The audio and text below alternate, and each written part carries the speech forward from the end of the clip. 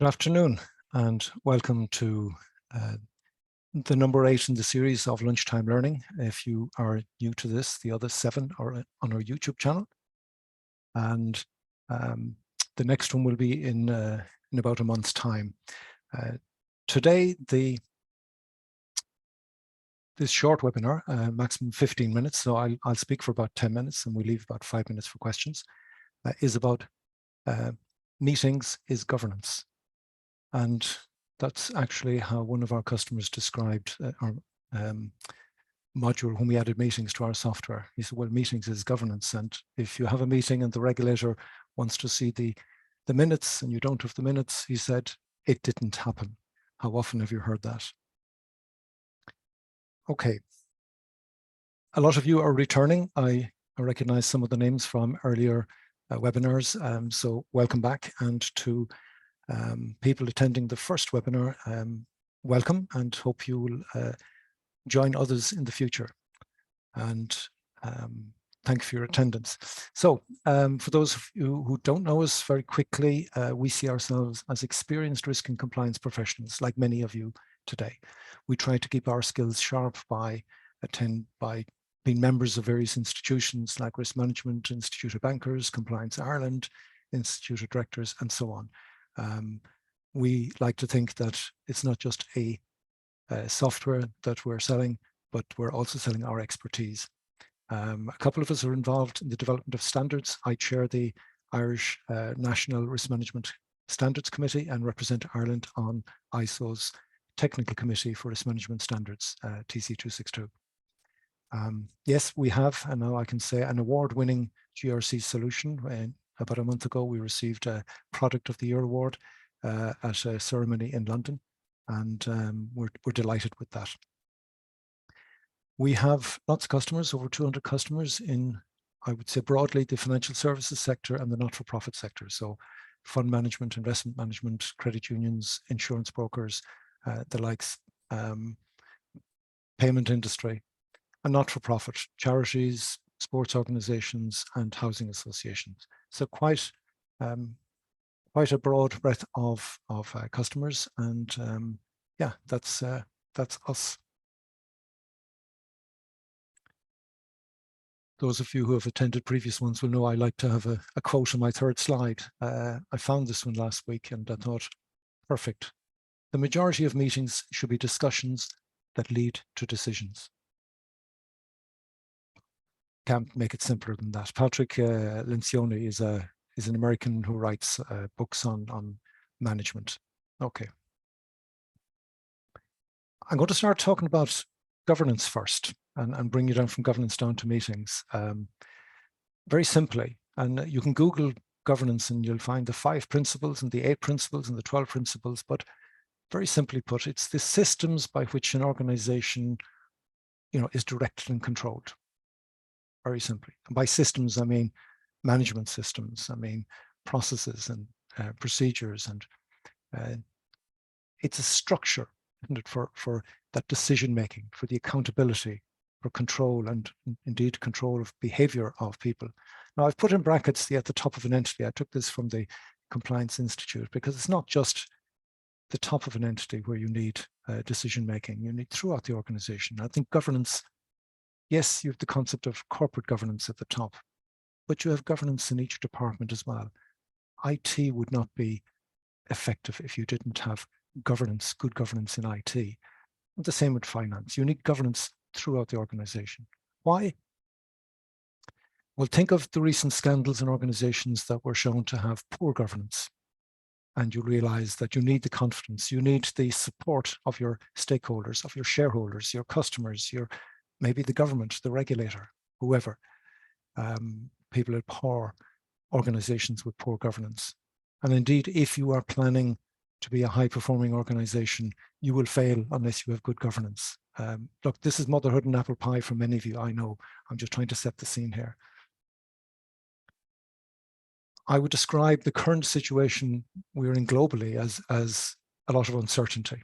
And when you have a lot of uncertainty, we have to be, as organizations, both resilient, but also agile and ready to respond to that changing external environment, whether it's a pandemic or climate crisis or financial crisis, the best organizations, the best governed organizations will be best positioned to respond. So if you're already convinced the need for good governance, I'm going to talk maybe about governance at the highest level, because if you don't have it at the highest level, you won't have it throughout the organization. And to govern an organization, whether that is from the top or whether it is a department, you need to fully understand the purpose. Why do we exist? And then devise a strategy to achieve the purpose. Resource the achievement of that strategy. You need to develop or delegate to competent people to deliver on that strategy. And you need to review progress, and you need to offer help when asked. Now, this, I think, you can apply certainly to corporate governance. But why doesn't this apply to every single department and how you manage the organization, how you govern the organization? So let's go to meetings. Now, I'm saying meetings is governance. I'm not saying governance is just meetings. Governance is a lot more than meetings. Meetings is a part of governance, but a very important part. You may be having a meeting at the board level to discuss and agree on a new strategic direction for the organization.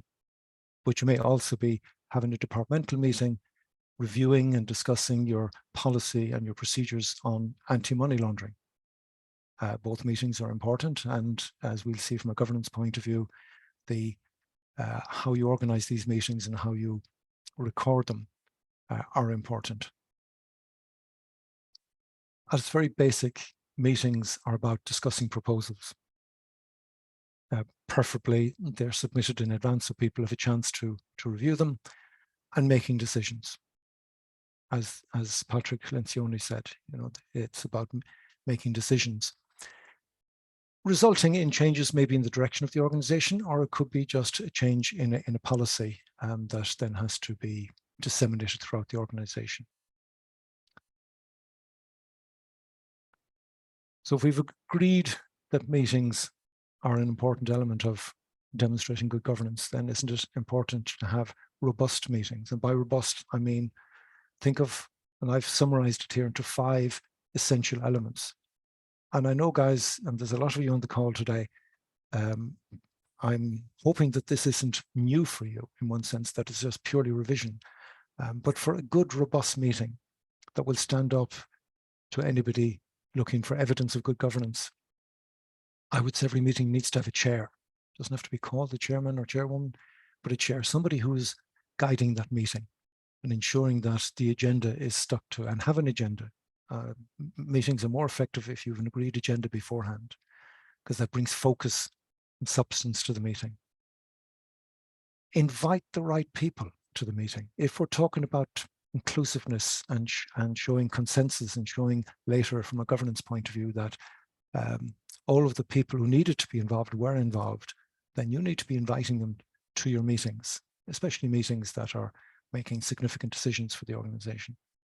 But invite the right people and make sure all the relevant functions are represented.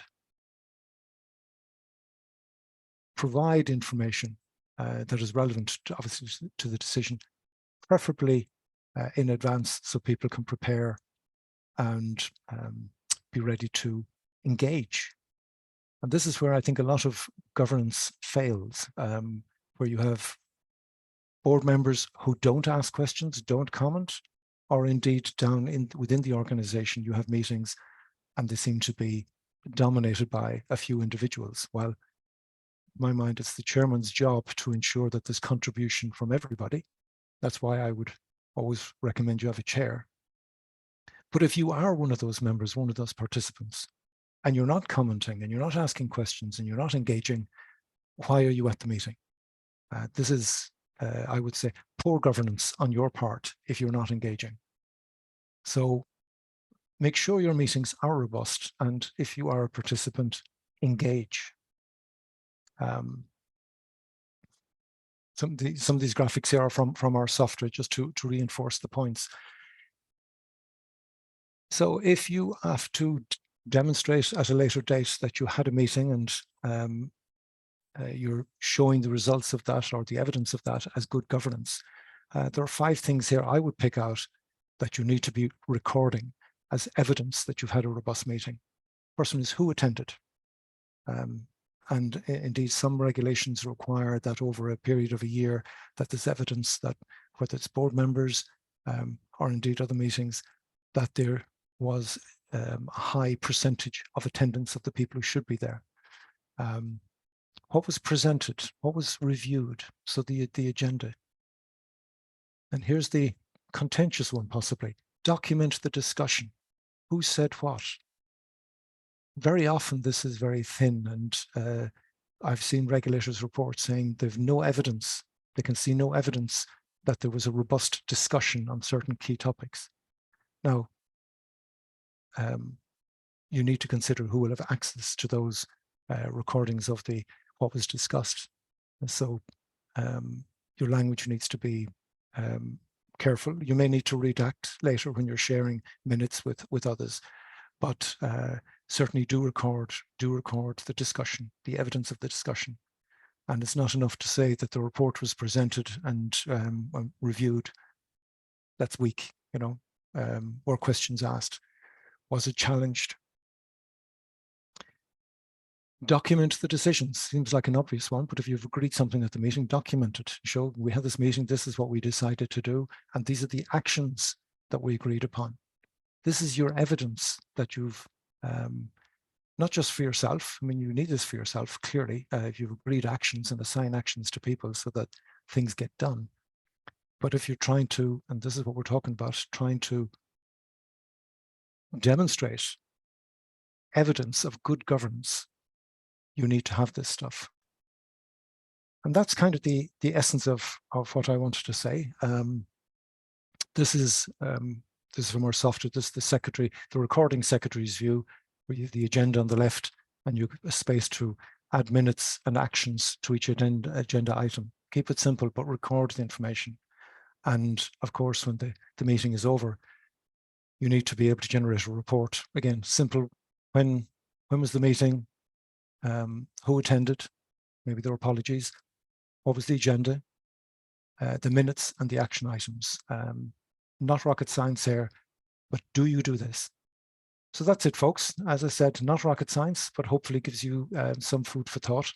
And thank you for listening. If there are any questions, happy to take questions now.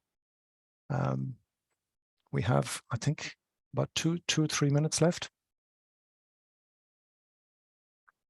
And just while I'm waiting, if there's any questions, we have, I think, a webinar coming up. Check our website on, it'll be a 45-minute webinar on outsourcing and doing a risk assessment on your service providers. I think that's in about a month. I think after that, we have a lunchtime learning on a risk management policy and the essence of what's in a policy. I think that's number 9. Okay. I'm not expecting an avalanche of questions here. I think a lot of this stuff you guys know and understand, and it's fairly clear, I would hope. Okay. We have one. Okay. From Judith, is there anything else you would add when assessing the effectiveness of meetings?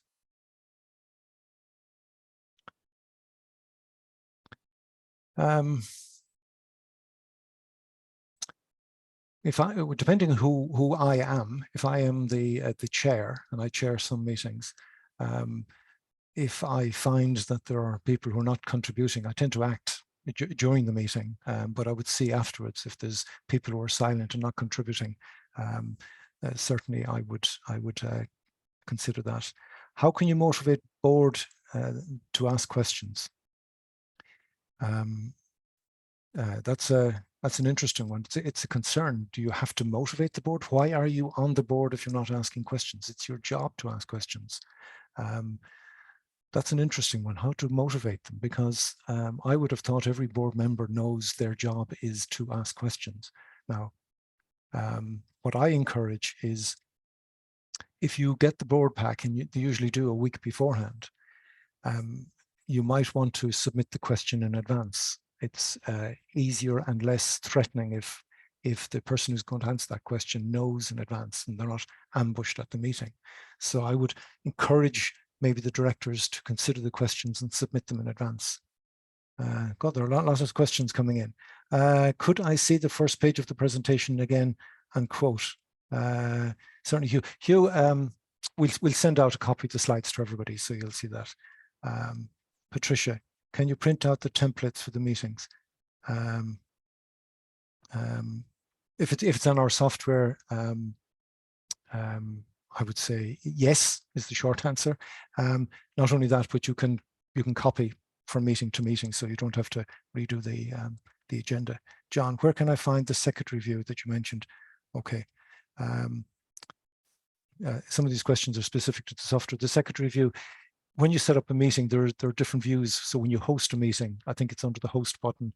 That's whoever's the secretary can see that view. If you're not the secretary, and you can be the organizer, the secretary, and the chair, and you have all three views. But certainly, look, I'll take these offline of people that are software specific. Martin, would you continue with the meeting without a quorum? No, is the short answer. I mean, the whole idea of a meeting for me is there's a healthy discussion and there's decisions made. And if you don't have the right people around the table, if it's important, certainly I wouldn't continue. If it's I suppose it depends on the topic and the decisions that are being made, but I'd be less likely to continue. Okay, well, that was an interesting flurry of questions. We've gone over the time, but guys, if you have questions even after this, happy to take them by email as well. My email address is there.